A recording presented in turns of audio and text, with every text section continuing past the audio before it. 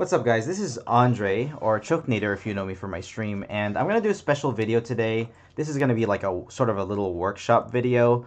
Not exactly a tutorial, but I do want to get better at hands. And I know a lot of you also want to get better at hands, so what I'm going to be doing is just kind of practicing in front of you.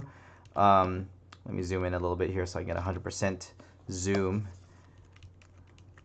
Let's see. 100%.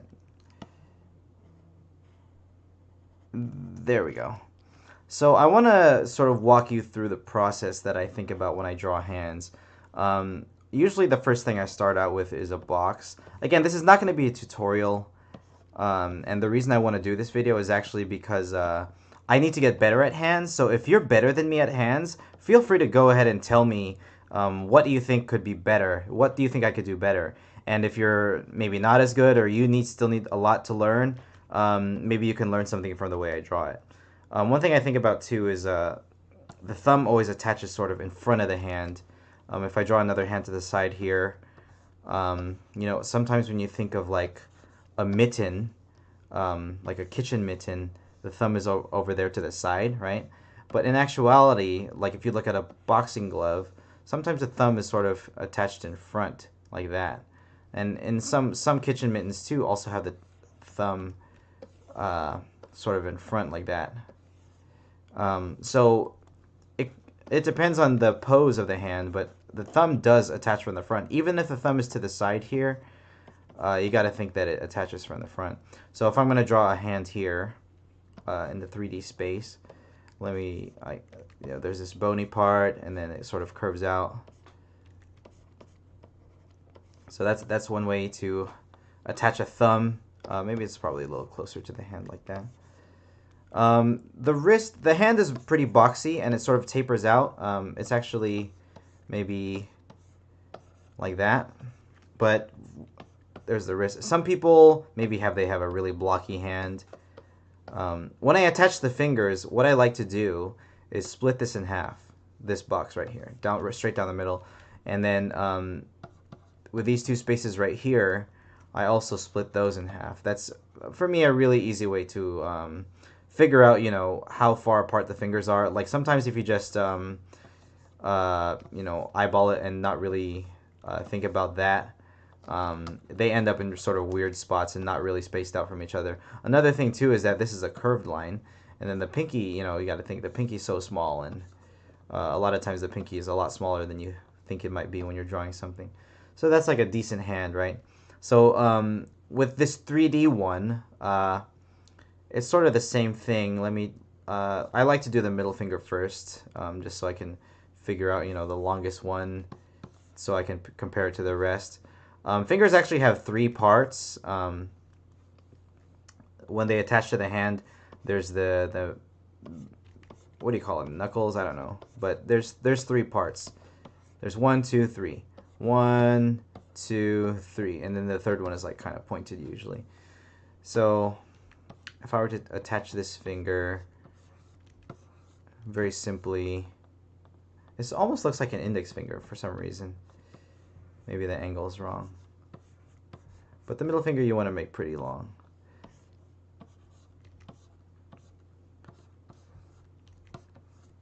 Yeah, that's how I attach fingers. And you want to kind of have a rhythm. Sometimes you want to draw like the fingertips first, and the pinky is kind of small. Again, this is sort of a curved line. So if I'm drawing this in 3D, this is kind of curved, right?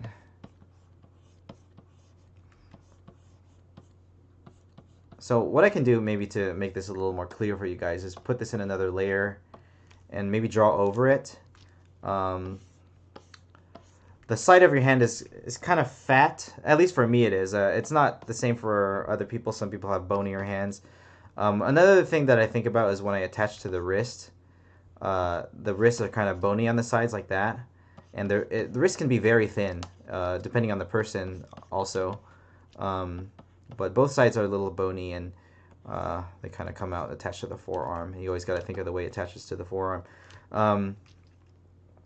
Something that I used to get wrong about wrists all the time is I'll draw a forearm, and what I learned recently is that the wrist is also kind of boxy, and it's a sort of a small box, and sometimes it goes down like that. Sometimes it sort of creates a downward angle, and then it attaches to the hand. That's also another box. So something like that, and then the thumb is like over there in the front. So if I were to clean this up, I gotta find where I put everything. Where's my pinky? Here it is. Knuckles are like, they have sort of round pointy parts to them. I'm not very good with anatomy and names, guys, so bear with me. I'm just practicing. And hopefully this inspires you to practice too. Maybe there's something you could be learning from this visually. Even if I can't give you the specific names of everything, there are way better tutorials out there, honestly, than what I can provide you. But I want to be doing a lot of these videos just showing that I am willing to put in the time to practice, and I need critique from you guys too. Like, if there's something here that you think could be better, or you think is unclear, then I want to make another video and improve on it. So this is a workshop, not a tutorial, again. So help me improve, and I'll help you improve. That's really what I want. I just want us all to get better at drawing. So hopefully, after maybe a dozen of these videos, I don't know how many I'm gonna make. I don't know if this will catch on, if people will actually watch these. But I want to make a bunch of them. So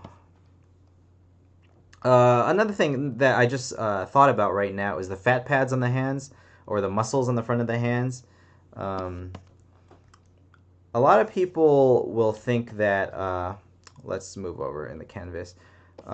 Sometimes people think that a hand, the thumb part has that fat pad in the front, right?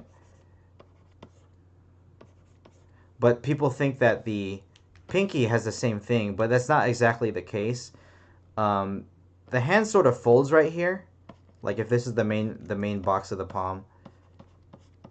The hand sort of folds right here, like if you move your well, it doesn't exactly fold, but if you were to move your fingers down, this is where the fat will kind of compress. So if I were to move my fingers, and add the knuckles in, the pointy knuckles. I'm gonna cut this in half, right? So if I were to point the fingers this way, it's so hard to think of these as 3D objects with this weird angle. This is honestly pretty bad. But anyway, I just want to show that when you point the fingers down like that, maybe that's why, like, oh man, that's why this is practice. This is pretty tough. Maybe they attach like that. Yeah, they'll come forward. And you kind of have to do this. It's sort of a lot of trial and error when you're figuring out the concept of the hands. And I'm kind of just stacking everything on top of each other. And it looks pretty messy, but since I draw digitally, I could always make a new layer and go over it. But there is a little bit of indication maybe here, but it's sort of straight up and down while the thumb goes that way. And it's not usually visible. It's more invisible. And it just depends on where the fingers are pointing. Now I'm thinking about foreshortening fingers. Sometimes fingers can point forward. So again, I'm going to do the sort of boxy part. Put in this line to cut it in half to sort of figure out where the fingers might be placed. And when fingers are pointing at you, the fingertip sort of has this fat part. The artist of My Hero Academia is actually likes to draw huge fingers with really square boxy fingertips. Yeah, there you go. Something like that.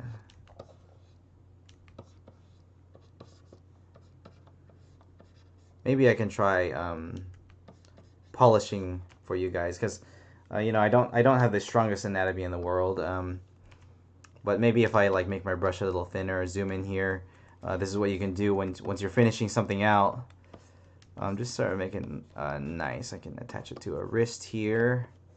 And I can see the thumb is probably too fat. And a lot of these decisions just come from experience of drawing hands. And again, I'm not the greatest at it. And again, this is not a tutorial. I'm just letting you watch as I practice. But maybe this will teach you something, especially if you're a beginner and you're trying to figure out how to draw hands. If you're an expert, help me out. Help me learn what I could do better. Maybe I should just take more time. I'm only giving myself like 10 minutes really to make this video. So the 3 parts of the finger, right? So there's sort of fat here. Actually, when the pinky part compresses and you start to fold your pinky, the fat here sort of starts to collect, and things start to overlap. Nails are curved.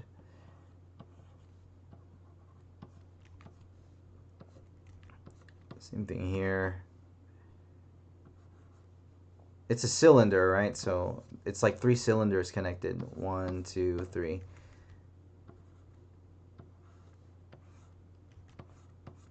I feel like this might not be pointing in the right direction. Or maybe the starting point is wrong. Maybe it would start like right there. Knuckle there. Maybe I should zoom out. Sometimes if you are zoomed in too far, you sort of lose your place.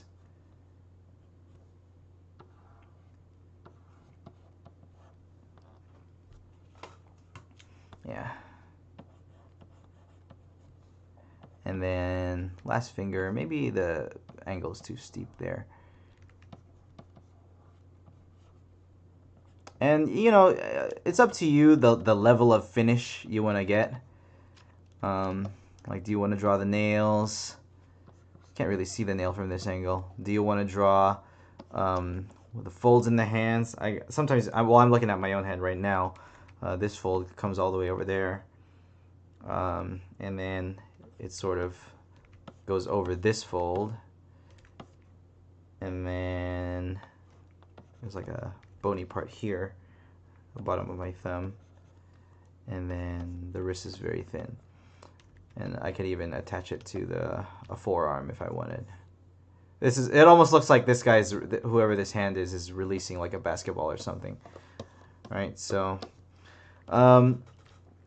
anyway, I hope that helped you a little bit. Again, I do want to make at least another video on hands. This is just practice, guys, so maybe this will help you. Let me know what I could do better, or what you want to see me practice in another video. This is just a very start, almost like a prototype or a beta test for my little workshop video, so hopefully I can help you guys out. If there's anything you want to see me practice, let me know. And thank you guys for watching. Peace.